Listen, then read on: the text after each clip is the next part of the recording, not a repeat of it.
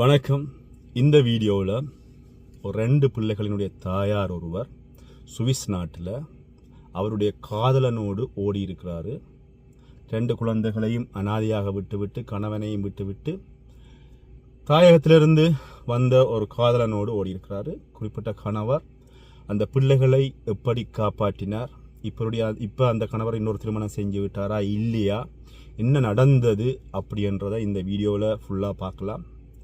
இலங்கையை பொறுத்தவரையில் தேதப்பன் பிள்ளைகளை பெற்று 20 வயசு வரையும் ஏதோ கட்டாக்காளிகளாக ஒரு சிலர் கட்டாக்காளிகளாக வளர்த்து விட்டு அடங்காப்பிடாரிகளாக வளர்த்து விட்டு இங்கே வெளிநாட்டில் இருக்கிற வண்டி ஒரு தலையில் கட்டி விட்டு அதுகள் இங்கே வந்து அதுகள் பேர் இன்னொரு வாழ்க்கையை தேடி போகின்ற பொழுது ஒரு சில நல்ல ஆண்கள் பாதிக்கப்படுகிறார்கள். இந்த சகோதரர் ஒரு விழிப்புணர்வுக்காக இந்த பாய்ந்திருக்கிறாரு. சகோதரர் இந்த பாய்ந்து விடுங்க, இதே மாதிரி வேறு எந்த ஒரு ஆணுக்கும் வரக்கூடாதுன்னு சொல்லி வீடியோக்குள்ளே போகலாம். நான் உங்கள் தோழன் ரதன். என்னுடைய சேனலுக்கு புதிதாக வருவோம். என்னுடைய சேனலை வந்து சப்ஸ்கிரைப் பண்ணுங்கள், லைக் பண்ணுங்கள், கமெண்ட் பண்ணுங்கள். இந்த விடயம் சுவிஸில் இடம்பெற்றிருக்கிறது. குறிப்பிட்ட சகோதரர் விஷயத்தை எழுதி அனுப்பியிருக்கிறார். 2 பெண் குழந்தைகளினுடைய தந்தை. இப்பொழுது வந்து அந்த பெண் குழந்தைகள் வளர்ந்து விட்டார்கள் அப்படின்னு சொல்லியும் சொல்லப்பட்டிருக்கிறது. சரி, என்ன நடந்தது அப்படின்றத பார்க்கலாம். பெரிய கட்டுரை தான். நான் இங்கே பாருங்கள், இவ்வளோத்தையும் வாசிக்கணும், இவ்வளோத்தையும் வந்து மனசில் போட்டு உங்களை வந்து கதையாக சொல்லணும். குறிப்பிட்ட சகோதரர் என்ன நடந்திருக்கிறது அப்படின்னு சொன்னால், பெற்றோரால் திருமணம் பேசப்படுகிறது. வேறுடைய பெற்றோர், இந்த சகோதரனுடைய பெற்றோரும் வந்து இலங்கையில் இருந்திருக்கிறாங்க. ஒரு திருமண முகவரின் ஊடாகத்தான் இந்த திருமணம் பேசப்பட்டிருக்கிறது. திருமணம் பேசப்பட்டு அதுக்கப்புறமா வந்து சுவிஸில் வந்து பார்த்தீங்கன்னு சொன்னால் கனகாலம் செல்லாது. திருமணம் நீங்கள்லாம் ஓகே அப்படின்னு சொன்னால் திருமணம் முடிச்சிங்கன்னு சொன்னால் 6 மாதத்தில் ஸ்பான்சரில் ஒய்ஃப் வந்து சுவிஸுக்கு வந்துடுவாங்க. சரி, 1 வருஷத்துக்குள்ளே வந்துடுவாங்கன்னு வைப்போம். வந்து இருக்கின்ற பொழுது இந்த குறிப்பிட்ட இந்த சகோதரர் இவருக்கு காதலா எதுவுமே இல்லை. தனக்கு கிடைச்ச இந்த வாழ்க்கை துணை என்னுடைய வாழ்க்கை துணை அப்படின்றது மட்டும் இல்லாமல் 100க்கு 100% இந்த தன்னுடைய மனைவியை இந்த சகோதரர் நம்பி இருக்கிறாரு. தன்னுடைய மனைவி தனக்கு மட்டும் என்றைக்கும் உண்மையாக விசுவாசமாக இருப்பாள் அப்படின்ற நம்பிக்கையோட இவருடைய திருமண வாழ்க்கை போயிருக்கிறது. ஆனால் இவர் சொல்ற விஷயம், தன்னுடைய இல்லற வாழ்க்கையில வந்து குறிப்பிட்ட தன்னுடைய மனைவிக்கு வந்து ஒரு சில காலங்கள், ஒரு சில வருடங்கள் வந்து பார்த்தீங்கன்னா ஈடுபாடு இல்லை. தனக்கு கிட்டத்தட்ட 2-3 வருஷம் பிள்ளைகள் இல்லை அப்படின்னு சொல்லப்படுகிறது. ஆனால் வந்த காலத்தில் இருந்து குறிப்பிட்ட அந்த பெண் மனைவி வந்து இந்த நேரமே கைபேசியோடைய இருப்பாங்க. வீட்டில் வந்து ஒரு சரியான சாப்பாடு தருவதில்லை. சாப்பாடுக்கு வந்து உப்பு இருக்காது, புளி இருக்காது, டேஸ்ட் இருக்காது. ஏதோ கடமைக்கு வந்து சாப்பாடு செஞ்சுருப்பாங்க. சரி, நம்ம பசிக்கு சாப்பிடட்டா காணும் அப்படின்றத மட்டுமே மனசில் கொண்டு சாப்பிட்டு எடுத்து போயிருக்கிறது. அது மட்டும் இல்லாமல் விடுமுறை நாட்களில் வந்து வீட்டை இருக்கிறது, மனைவிக்கு சமைச்சு தான் கொடுக்கறது, மனைவிக்கு தேவையான சாப்பாடுகளை செய்து கொடுப்பது மட்டும் இல்லாமல் மனைவியை வெளியிடங்களில் கூட்டி கொண்டு போகிறது, கோயிலுக்கு போய் வருவது, இப்படி மனைவியே தஞ்சம் அப்படி என்கின்ற ஒரு சகோதரனா இந்த சகோதரர் இருந்திருக்கிறார். ஒரு 2 வருடங்கள் முடிந்து 3வது வருடம் மனைவி கற்பமாக இருக்கிறாங்க. உடனடியாக கற்பமான பொழுது மனைவி சொல்லி இருக்கிறாங்க, எனக்கு இந்த பிள்ளைகளை பெற்றுக்கொள்வதில் விருப்பம் இல்லை அப்படின்னு சொன்ன பொழுது இவர் சொல்லியிருக்கார், இல்லை எங்களுடைய அம்மா பக்கம் என்னுடைய குடும்ப சைட்டில் வந்து பிள்ளைகள் இல்லையான்னு சொல்லி திருப்பி கேட்குறாங்க. நீ உனக்கு பிள்ளைகள் வளர்க்க கஷ்டமாக இருந்தால் பிரச்சனை இல்லை, நீ என்ன ஒரு 6 மாதம் இந்த பிள்ளைகள் அதுகளுக்கு பால் கொடுக்குறதுலேருந்து எல்லாத்தையும் நீ பார்த்து விடு. அதுக்கப்புறமாக நான் என்னால் முடிஞ்ச நேரங்களை நான் இரவில் நான் பார்க்குறேன், நீ வேலைக்கு போகணும், வீட்டை இருந்து பிள்ளைகளை பாருன்னு சொல்லி அதுக்கப்புறமா குழந்தைகள் 2 ட்வின்ஸ் பொம்பளை பிள்ளைகள் கிடைச்சதுக்கு அப்புறமாக அந்த பொம்பளை பிள்ளைகள் பிறந்து அதுக்கப்புறமாக அவர்களை வளர்ப்பதில் வந்து அவர் மனைவி வளர்க்குறாங்க. ஒரு 6-7 மாதம். அது மட்டும் இல்லாமல் இவர் பகல் வேலை, வீட்டை வந்து இரவு ஃபுல்லாக மனைவி பிள்ளைகள், அந்த பிள்ளைகள் அழும், அவர்களுக்கு பால் கொடுக்குறது, சாப்பாடுக்கு தீர்த்ததிலிருந்து ஒரு 3 வருஷம், அதாவது 3 வயசு வரைக்கும் அந்த பிள்ளைகளை பார்க்குறாங்க, மனைவி இருந்து பார்க்குறாங்க. அதுக்கப்புறம் மனைவியார் வந்து நான் வெளியில் வேலைக்கு போகிறேன் அப்படின்னு சொல்லி கேட்குறாங்க.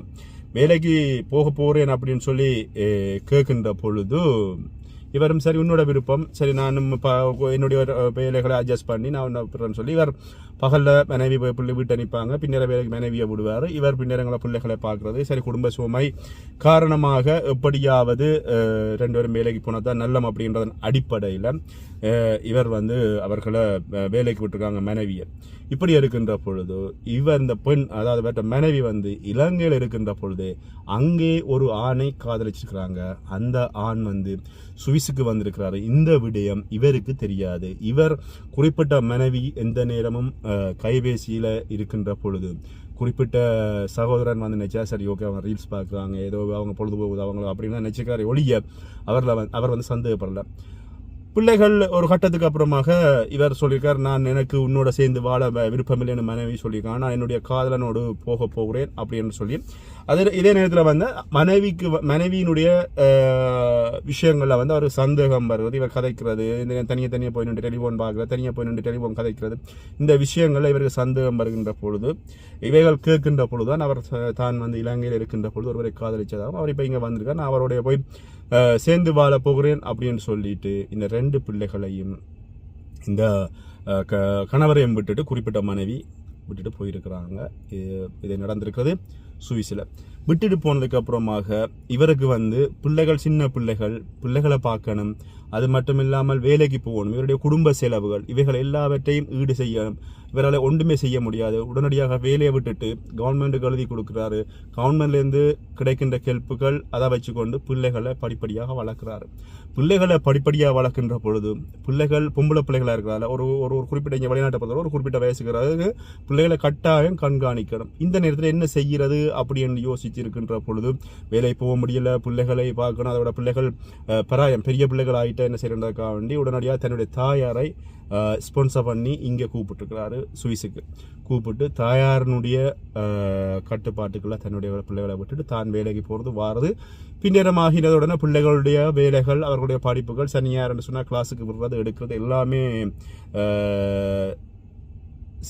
செய்து கொண்டிருக்கின்ற நேரத்தில் வந்து இல்லை ஒரு விஷயத்த முதல்ல சொல்லியிருக்கிறார். என்னன்னு சொன்னால் தன்னுடைய மனைவி இந்த நேரத்தில் விட்டுட்டு போக வேண்டாமன்னு சொல்லி காலில் விழுந்து அழுது கெஞ்சி, நீ என்னோட வாழாடி பிரச்சனையில் என்னுடைய பிள்ளைகளுக்காக வாழ் அப்படின்னு எல்லாமே வந்து கெஞ்சிருக்கிறார். ஆனால் அவர் வந்து எதையுமே கேட்கல, பிள்ளைகளை பற்றி யோசிக்கவில்லை, தன்னுடைய காதலன் தான் முக்கியம் வந்து போயிருக்கிறார் அப்படின்னு ஒரு விஷயத்த சொல்லியிருக்காரு.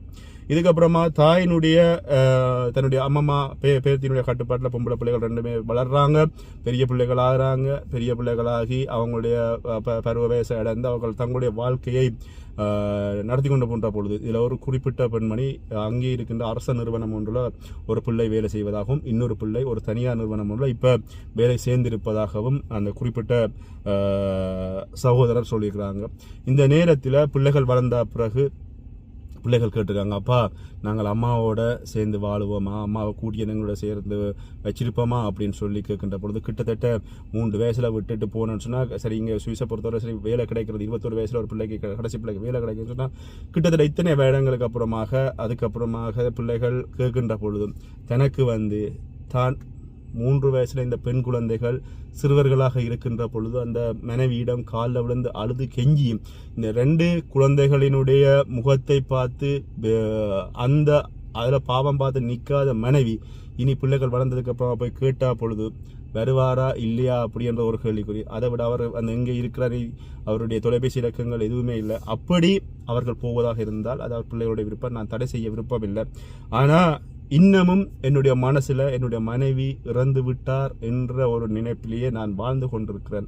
என்னத்துக்காக என்னை விட்டுட்டு போனாரோ அல்லது நான் வந்து என்னுடைய பிள்ளைகளை விட்டுட்டு போனாரோ இவற்றை கடந்து நான் என்னுடைய கடமையை நான் சரியாக செய்திருப்பது மட்டுமில்லாமல் என்னுடைய பிள்ளைகளை வளர்த்து இன்று ஒரு ஆளாக்கி இருக்கிறேன். அவர்களுக்கான வாழ்க்கையை அமைச்சு கொடுத்து விட்டால் காணும் அப்படின்ற நிலையில் நான் இப்போ ஓடிட்டு இருக்கிறேன்.